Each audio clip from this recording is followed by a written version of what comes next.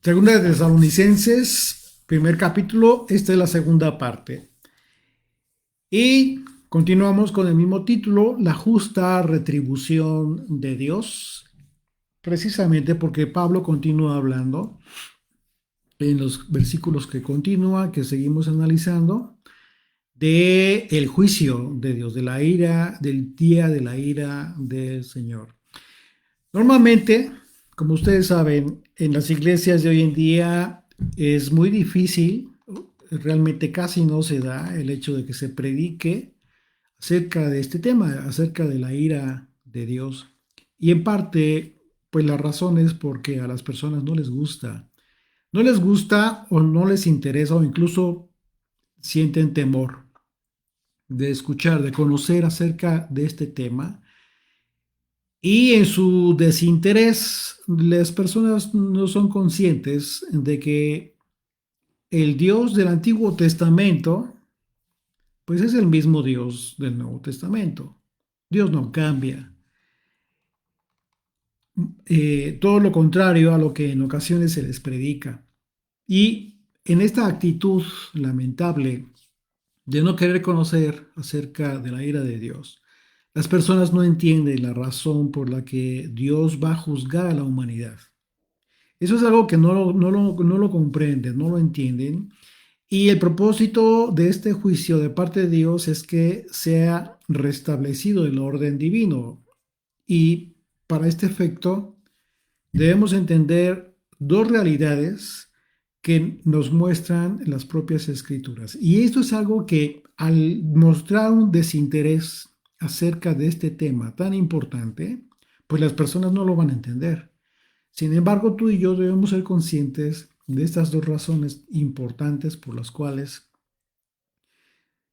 debe quedar muy claro y muy justificable por qué Dios va a juzgar a la humanidad.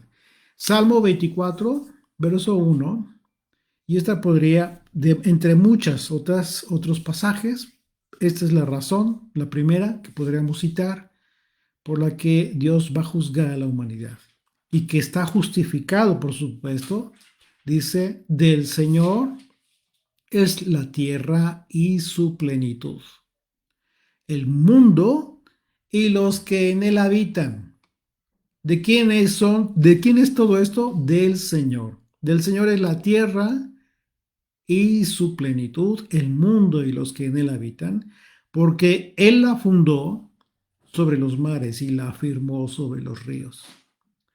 Y por cuanto la tierra es de Dios, pues Él tiene todo el derecho sobre ella y tiene todo el derecho de juzgar a quienes la habitan. Hechos capítulo 3, en las palabras del apóstol Pedro, a partir del verso 21, a quien de cierto es necesario que el cielo reciba hasta los tiempos de la restauración de todas las cosas, de que habló Dios por boca de sus santos profetas que han sido desde tiempo antiguo. La palabra restauración implica un retorno a una condición anterior, a una condición original, ¿sí? Sin defecto, o la restitución de algo que se ha quitado o perdido. Estos son los dos argumentos importantísimos por los que es absolutamente justificable que Dios juzgue a la humanidad. Entonces, entender que el propósito de Dios es la restauración de todas las cosas, pues tiene que ver con algo que se perdió. Y obviamente, pues aquí, tratando de, para entender perfectamente esto, pues tienes que entender Génesis 1:1. ¿Por qué? Porque tienes que entender precisamente por qué razón, en qué momento hubo un caos, hubo un desorden. Si Dios creó todas las cosas perfectas en su tiempo. Así es de que toda la escritura está conectada desde su origen. Todas las enseñanzas de Yeshua que vemos en los evangelios y todas las enseñanzas de los apóstoles nos hablan de un tiempo que vendrá al final del siglo del hombre. Es decir, al final Del siglo del hombre, ¿qué significa esto? Cuando, hasta que el hombre pueda tomar decisiones sobre lo que pasa en el mundo, que es lo que hemos estado mencionando como los últimos días, y que de acuerdo a las profecías, a todas las profecías y las enseñanzas del Nuevo Testamento, será un tiempo en el que Dios derramará su juicio, hablando de la ira de Dios. El apóstol Pablo nos está describiendo la intensa persecución de la iglesia de Tesalónica, y lo que debemos entender en esta circunstancia de tribulación por lo que estaban pasando los creyentes tesalonicenses, pues es que la tribulación de la que seremos todos objeto, todos los creyentes, en algún tiempo, es que esta tribulación no proviene de Dios, no es que Dios la cree, sino que el Señor usará todas estas tribulaciones, el juicio, como en un tribunal. ¿Qué es lo que hace, lo que sucede en un tribunal? Hay dos partes en donde se presentan evidencias de culpabilidad o de inocencia. Es justo eso. Todo esto que está sucediendo, desde Tesalónica, desde la persecución de los propios apóstoles, de los primeros creyentes en Jesucristo, desde antes incluso, desde los profetas que mataron, todo esto va a ser usado como evidencia precisamente en el tribunal celestial para determinar culpabilidad o inocencia. Unos crean persecución y otros la sufren. Así es que Dios va a usar todas estas circunstancias de tribulación que injustamente habrán pasado sus hijos para juzgar a todos aquellos que generaron todas estas tribulaciones y persecuciones y en contra de los santos. Y por otro lado, Dios usará toda esa evidencia para recompensar a los santos por su fe, por su resistencia y perseverancia. Entonces, no debemos perder de vista que la fuente de toda persecución desde la antigüedad es y seguirá siendo el enemigo. No es Dios. Tenemos que tener muy claro eso. Dios permite que sucedan todas estas cosas, pero es necesario que sucedan todas estas cosas, como lo dijo Yeshua. Es necesario que pasen todas estas cosas.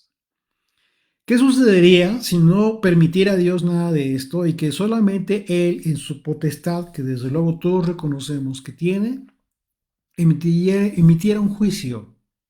Porque solamente Él sabe lo que en este momento hay en el corazón de todos. Bueno, que aquellos que tienen la oportunidad incluso de volverse a Dios, pues simplemente no la tendrían. Pero ¿qué va a suceder a través de la tribulación? Que muchos que estén viendo las injusticias entiendan y sean conmovidos y sean movidos para volverse al Señor.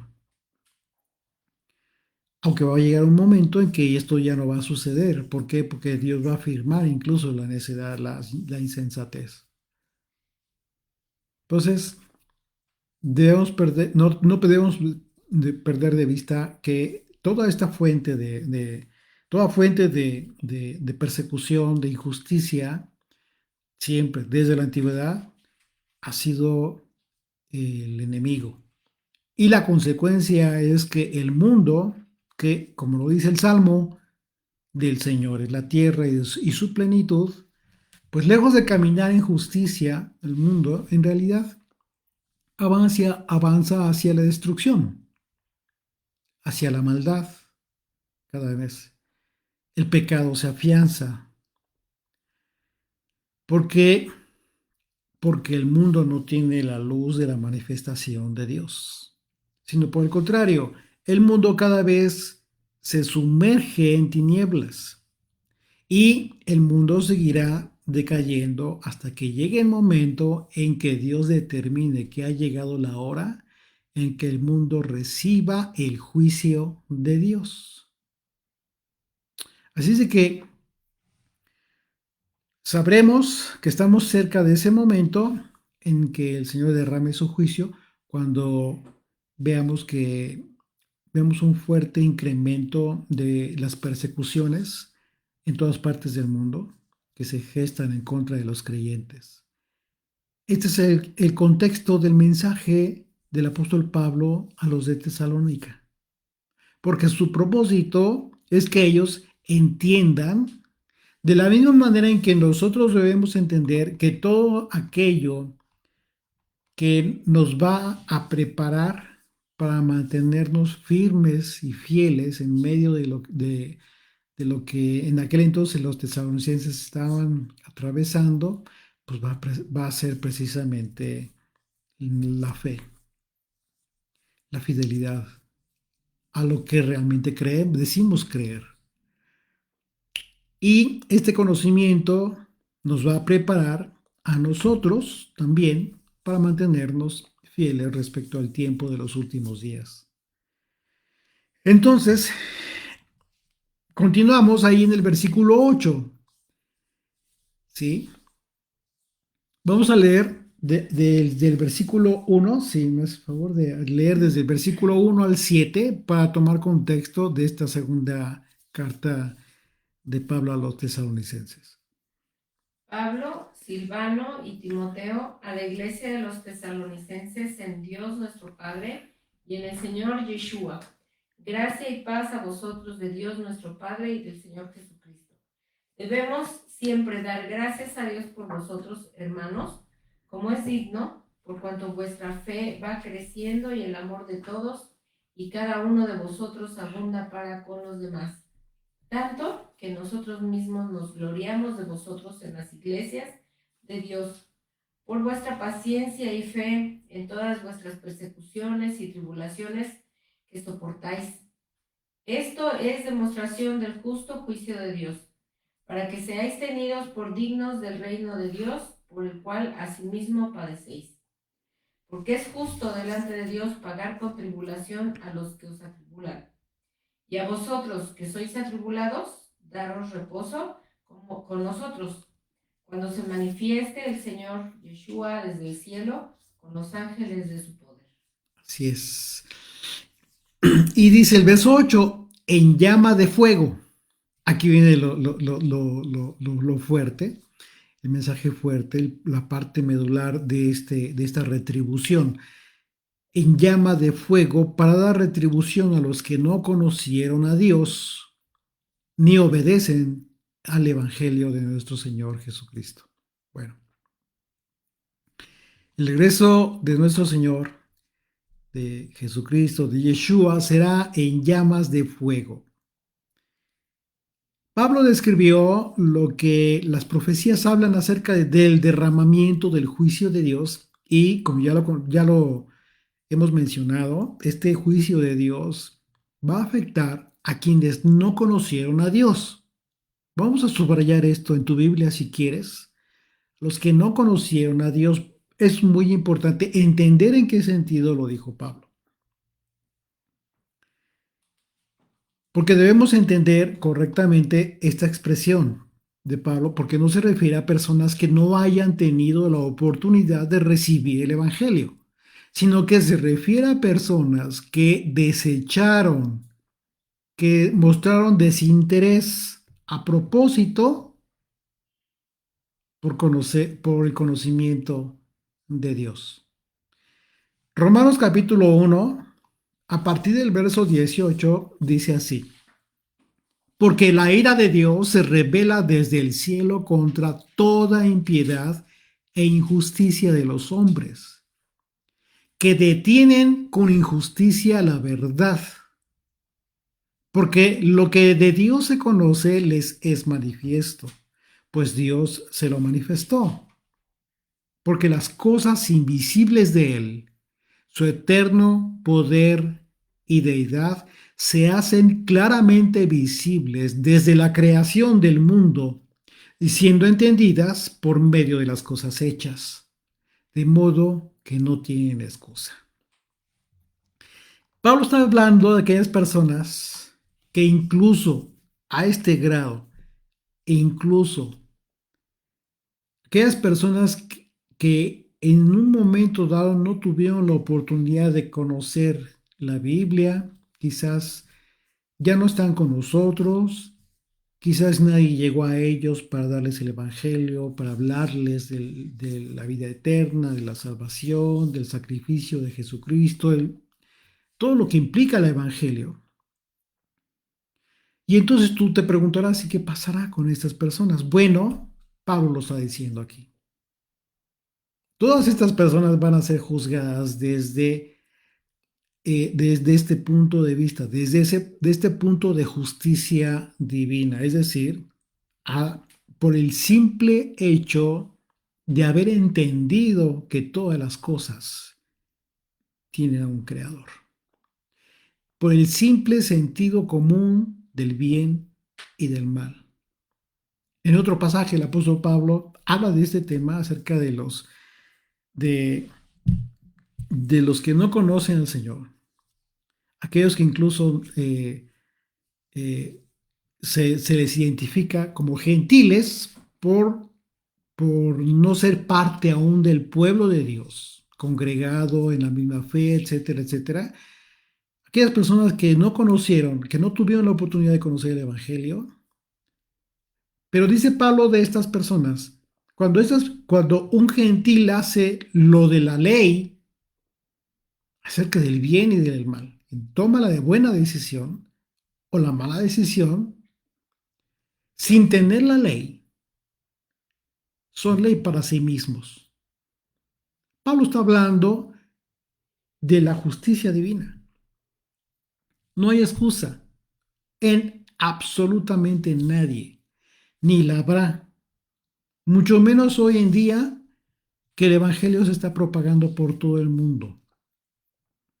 A este tipo de personas que se refiere el apóstol Pablo al hablar de la retribución que van a recibir, los que no conocieron a Dios, pero porque no tendrán excusa en virtud de que tuvieron todas las oportunidades para conocerle como Dios, como a Dios, y no lo hicieron. Así es que Dios ha puesto en nuestras conciencias, en la tuya y en la mía, lo necesario para reconocer que Dios existe, y esto es suficiente para entender su revelación.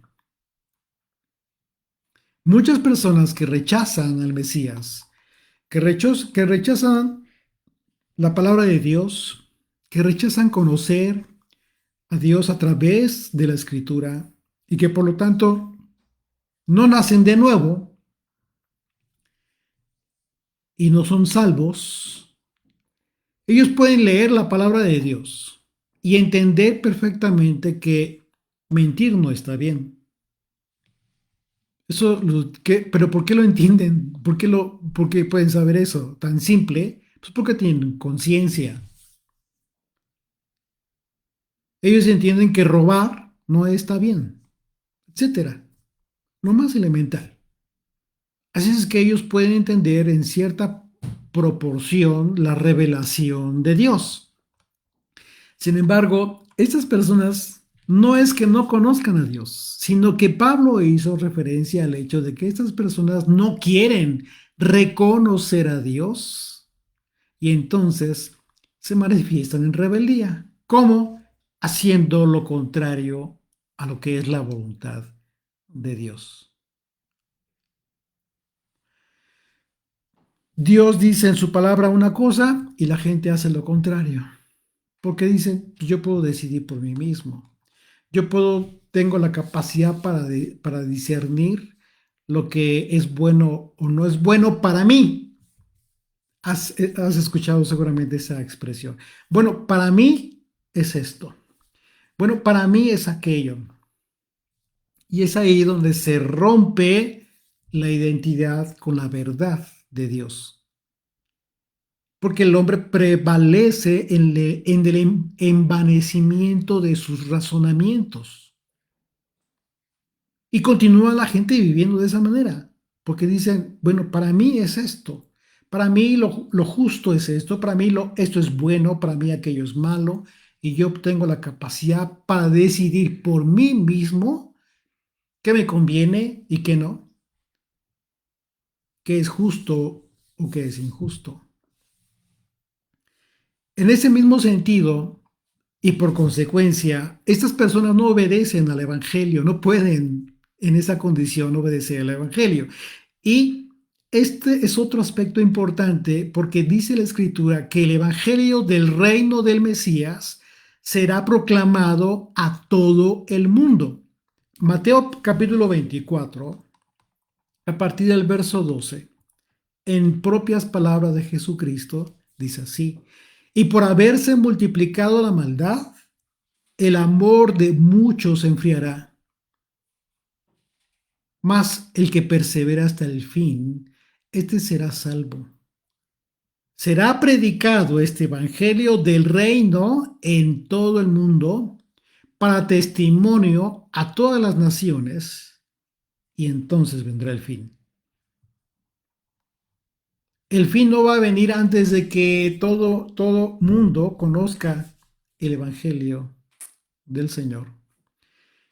Apocalipsis capítulo 14, a partir del verso 6. Dice así: en la revelación del apóstol Juan del Apocalipsis, dice: vi volar por en medio del cielo a otro ángel que tenía el evangelio eterno para predicarlo a los moradores de la tierra, a toda nación, tribu, lengua y pueblo. Una vez más, recordemos, yo sé que tú ya lo sabes, pero para mantener el contexto más fresco en este pasaje, el Evangelio, la definición de Evangelio. ¿Qué es el Evangelio? El mensaje de las buenas nuevas, el mensaje de las buenas noticias. Son buenas noticias y muchos lo van a recibir, pero muchos lo van a rechazar. Una vez más, este mensaje dice así: vi volar por en medio del cielo y otro ángel que tenía el mensaje de las buenas nuevas eterno, este mensaje eterno, para predicarlo a los moradores de la tierra, a toda nación, tribu, lengua y pueblo, diciendo a gran voz: teman a Dios y denle gloria, porque la honra de su juicio ha llegado, la hora de su juicio ha llegado. Y adoren a aquel que hizo el cielo y la tierra, el mar y las fuentes de las aguas. Estos pasajes son la prueba de que Dios quiere salvar al mundo. No es lo contrario.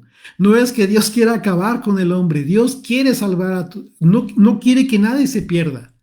Sin embargo, aquellos que han rechazado este evangelio son los que van a recibir su ira.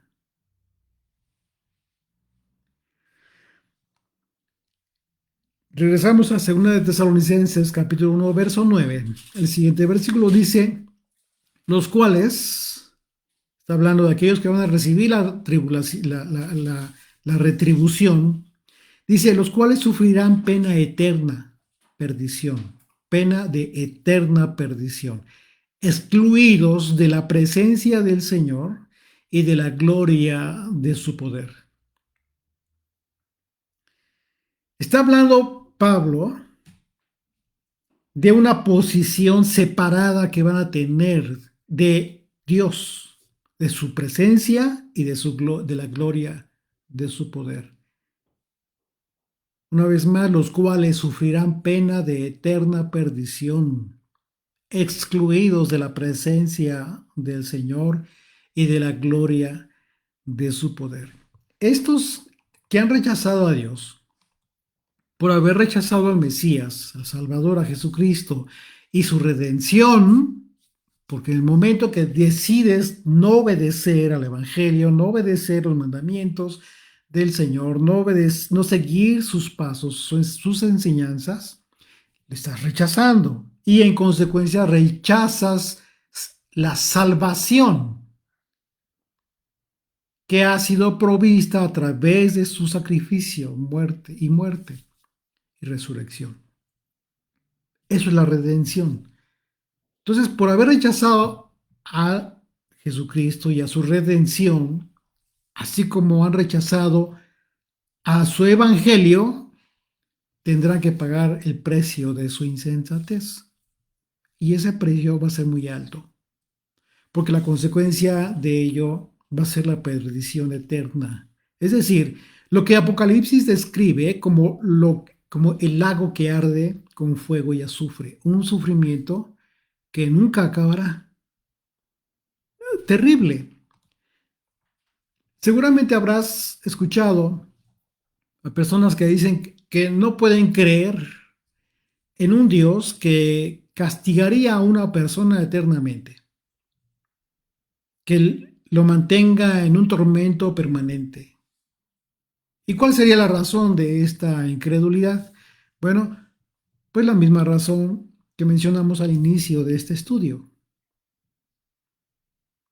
Y es que es el hecho de que a las personas no les gusta escuchar, no les gusta conocer acerca de la ira de Dios. Y por lo tanto, los líderes religiosos de hoy en día se han enfocado solo en mostrar el amor y la bondad de Dios, lo cual es cierto. Tenemos a un Dios misericordioso, amoroso. ¿Qué más muestra de amor de haber entregado a su Hijo en sacrificio por el mundo? Por supuesto que es un mensaje hermoso, pero solamente se enfocan en esa porción del carácter de Dios. Por supuesto que es necesario conocer, pero también es necesario conocer realmente el carácter de Dios, porque ese mismo Dios de amor, paciente y misericordioso, es el mismo Dios que manifiesta justicia, juicio y castigo. Dios nos ha dado la oportunidad de elegir y tenemos la enseñanza de Moisés. Desde entonces, Deuteronomio capítulo 30, verso 15, dice claramente, mira, así dijo Moisés al pueblo de Israel desde aquel entonces, mira, yo he puesto delante de ti hoy la vida y el bien, la muerte y el mal. Porque yo te mando hoy que ames al Señor tu Dios, que andes en sus caminos y guardes sus mandamientos, sus estatutos y sus decretos, para que vivas y seas multiplicado, y el Señor tu Dios te bendiga en la tierra a la cual entras para tomar posesión de ella. Desde entonces se establecieron los dos caminos. Pero dice Moisés, escoge la vida, escoge el bien, sigue a Dios.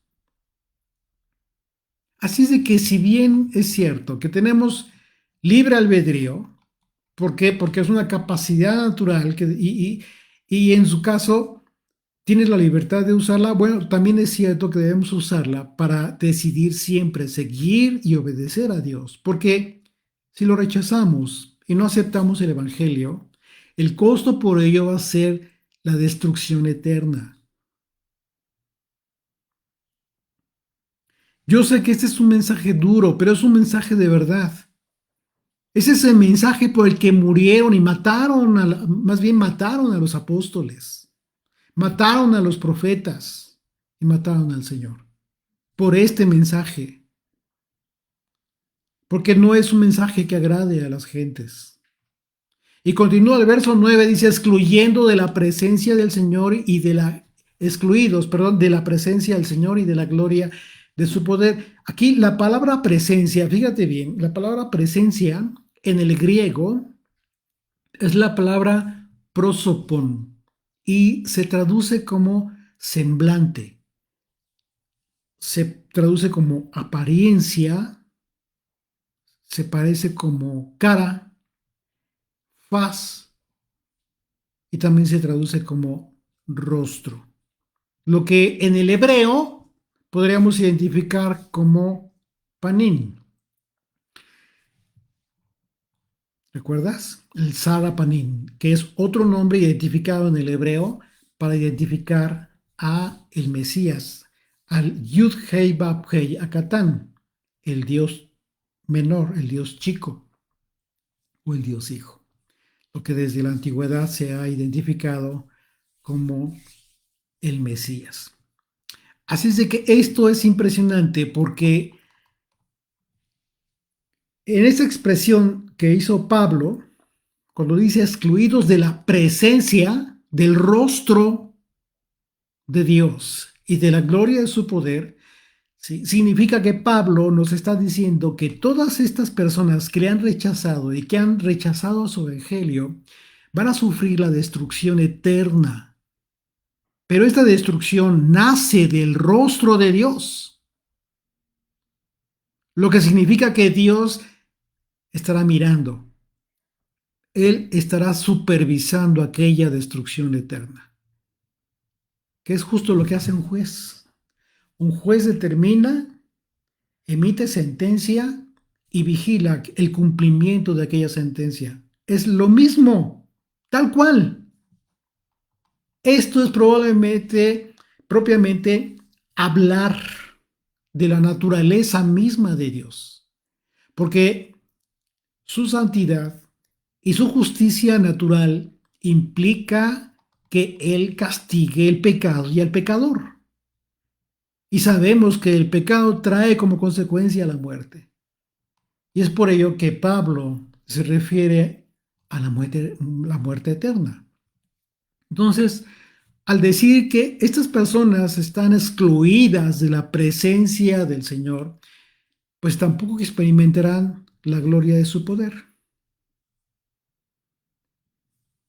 sino que por el contrario, Dios derramará su ira sobre ellos y al hacerlo manifestará su gloria. ¿Por qué? ¿Por qué podríamos asegurar esto? Bueno, porque estos acontecimientos que se van a ver tan impresionantes en todo el mundo, que es lo que se describe en los capítulos 8 y los capítulos 16 del libro de Apocalipsis, van a ser eventos sobrenaturales, tan impresionantes a la vista de todo el mundo, que no van a tener ninguna explicación lógica o científica razonada por el hombre. No tendría sentido. Por supuesto que no, esto va a ser totalmente sobrenatural. ¿Y qué va a suceder con todos estos eventos? Todos estos acontecimientos. Bueno, estos acontecimientos van a expresar la justicia divina y el carácter de Dios. Y podemos afirmar que Dios va a manifestar su gloria cuando derrame su ira. Porque esa será la manera en que Dios juzgue el pecado y también lo destruirá eternamente. Porque no habrá más pecado, no habrá más muerte. Si entendemos que el pecado ha sido la causa de las penas de las personas, pues podemos entender perfectamente por qué Pablo se refiere a la gloria de su poder, que será manifiesta cuando derrame su ira. Tiene todo el sentido porque todas las cosas que afectan a las personas en todos los sentidos tienen que ver con las consecuencias de los pecados causados por todos aquellos que en una condición de mente reprobada hacen todas estas cosas y que no convienen, finalmente contravienen el orden de Dios. Continuamos ahí mismo más adelante en el verso 28 de Romanos 1. Ya habíamos citado Romanos 1 en la primera parte, más adelante en el verso 28 en adelante. ¿Quiénes son estos?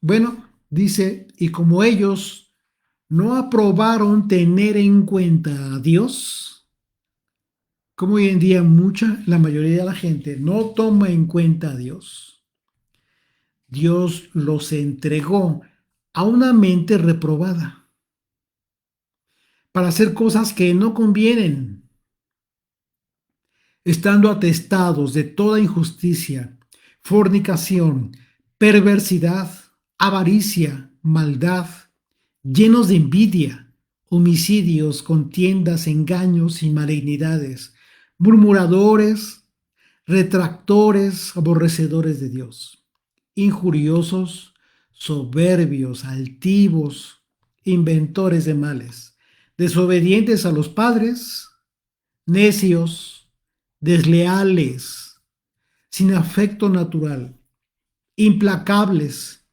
sin misericordia. Todos estos quienes, habiendo entendido el juicio de Dios, que los que practican tales cosas son dignos de muerte, no solo los hacen, sino que también se complacen con los que las practican.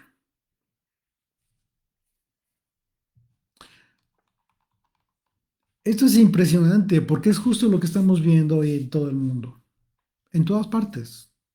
En todas partes existen este tipo de problemas en las personas, pero tú podrías decir, bueno, es que yo conozco a muchos que dicen ser creyentes y que tienen algunas de estas características, ¿no? Ok, bueno, ¿cuál sería la diferencia entre estos que está describiendo Pablo en este pasaje y uno que diga que ser creyente y que todavía está batallando con ciertos rasgos de carácter que se describen en este pasaje?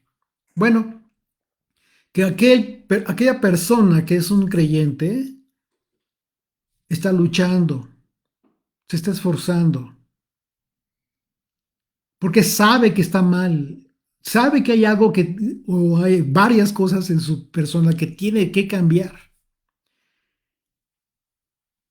Y eso no es fácil, sobre todo cuando has tenido toda una vida con esta falla de carácter.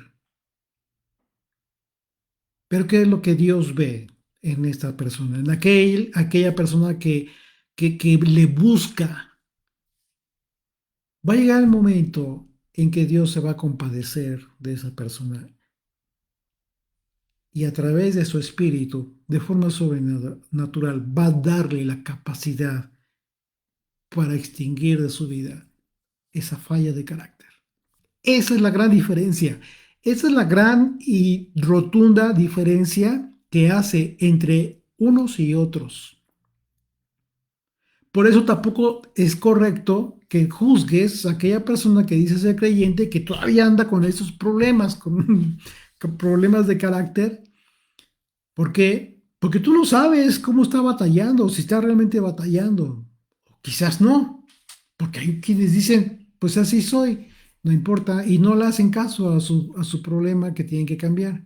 Pero hay otros que no, hay otros que verdaderamente sufren, que son conscientes de su pecado y que lloran y que se afligen delante de Dios. Pablo mismo lo dijo, miserable de mí. ¿Por qué? Porque yo quiero hacer algo, mi corazón, mi mente sabe lo que es bueno, pero mis miembros me llevan al mal. Pablo mismo batallaba ¿por qué? Porque esto es propio de la naturaleza de las personas, mientras estemos en esta carne. Pero esa es la gran diferencia. Todo aquel que juzga a un creyente que tiene una falla de carácter, no sabe, no sabe lo que padece o hasta dónde está padeciendo aquella persona por batallar con uno u otro, muchos fallas de carácter, problemas, pecados que todavía trae. Solo Dios conoce eso. Por eso no es bueno juzgar a este nivel. Yeshua lo dijo, que no es bueno que juzguemos, pero en el sentido de juzgar para perdición, como diciendo, esa persona tiene ese pecado y se va al infierno. No, eso no lo debes de decir, jamás. Podemos juzgar, como en otra parte, en otra porción, Pablo lo dice, que no juzgan entre ustedes a los que son de la fe. Claro, ¿por qué? Porque entre nosotros tenemos que corregirnos como hermanos de la fe, si decimos seguir la misma fe, hacernos observaciones en el mejor de los sentidos con el propósito de poner atención en las cosas que debemos cambiar y no mostrar un desinterés en las cosas que vemos que están mal. Son cuestiones que son diferentes y que debemos de cambiar. Así es que todas estas actitudes que menciona Pablo, pero en ese sentido, cuando dice que todos los que las practican todas las cosas son dignos de muerte, dice no solo las hacen sabiendo esto, sino que también se complacen con los que las practican. Eso es diferente. Esto es totalmente diferente. Estamos hablando de mentes reprobadas por Dios. ¿Por qué? Porque decidieron rechazar a Dios y a su evangelio.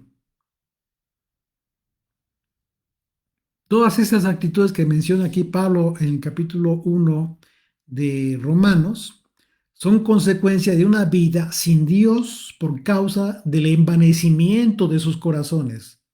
Actitudes que, sin duda, preparan a las personas para el fuego eterno. Porque después de esta vida solo queda la vida eterna o la muerte eterna.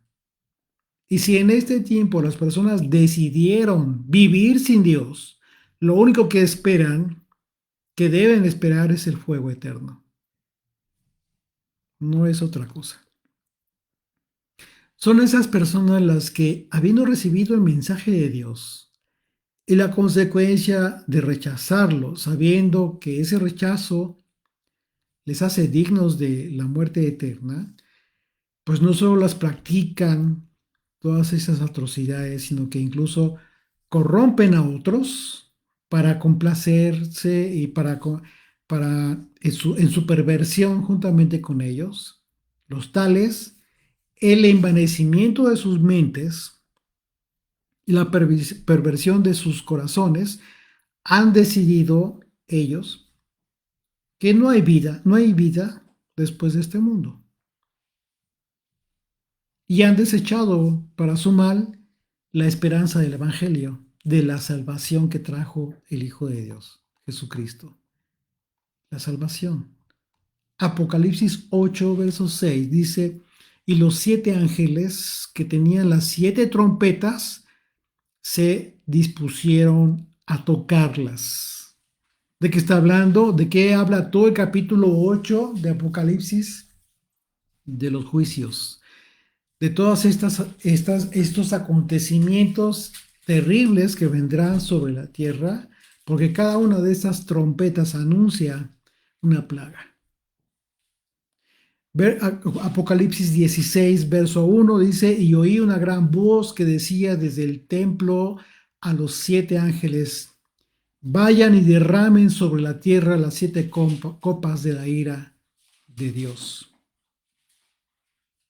En esos capítulos, el 8 y el 10, te recomiendo que los leas con detenimiento, completos, ¿sí? De Apocalipsis. Se describen el derramamiento de la ira de Dios a través de estos eventos catastróficos en la tierra. Y cuando todas estas cosas sucedan, en los cielos, ¿qué crees que va a suceder? Se va a llevar a cabo una alabanza a Dios, una alabanza de gloria a Dios a causa del justo juicio del Señor. Y en estos capítulos de Apocalipsis podemos leer que las personas que están recibiendo el castigo, fíjate bien, que se describe, no se van a arrepentir incluso así de sus pecados. Todas aquellas personas que reciben, van a recibir todas estas cosas, no van a cambiar, sino que por el contrario, habrán sido afirmados en sus corazones para prevalecer en contra de Dios y del Mesías. Ellos van a preferir sufrir la muerte eterna antes que reconocer su pecado y arrepentirse. ¿Alguna vez en tu vida has escuchado a alguna persona que culpe a Dios respecto de cualquier cosa? Que culpe a Dios, que vea en Dios como un enemigo. Bueno, así va a suceder en aquel tiempo. Porque aquellas personas van a ver todas estas cosas, acontecimientos impresionantes que se van a ver en la tierra y van a rechazar aún más al Señor. Pero porque en su mente ya no está la posibilidad de reconocerle al Señor y a su poder. Lo impresionante es que en estos capítulos de Apocalipsis se describe a los que practican la idolatría, es decir, aquellos que decidirán mantenerse en su religión establecida bajo las propias reglas de los hombres. ¿Por qué? Porque va a ser, siempre ha sido en las religiones, siempre ha sido el hombre quien tenga el control y no Dios. Dice Apocalipsis 22, 14 al 15. Bienaventurados los que lavan sus ropas para tener derecho al árbol de la vida y para entrar por las puertas en la ciudad. Mas los perros estarán fuera, y los hechiceros, los fornicarios, los homicidas, los idólatras y todo aquel que ama y hace mentira. Que el Señor se apiade y tenga misericordia de todos aquellos que aún tienen el anhelo de conocerle.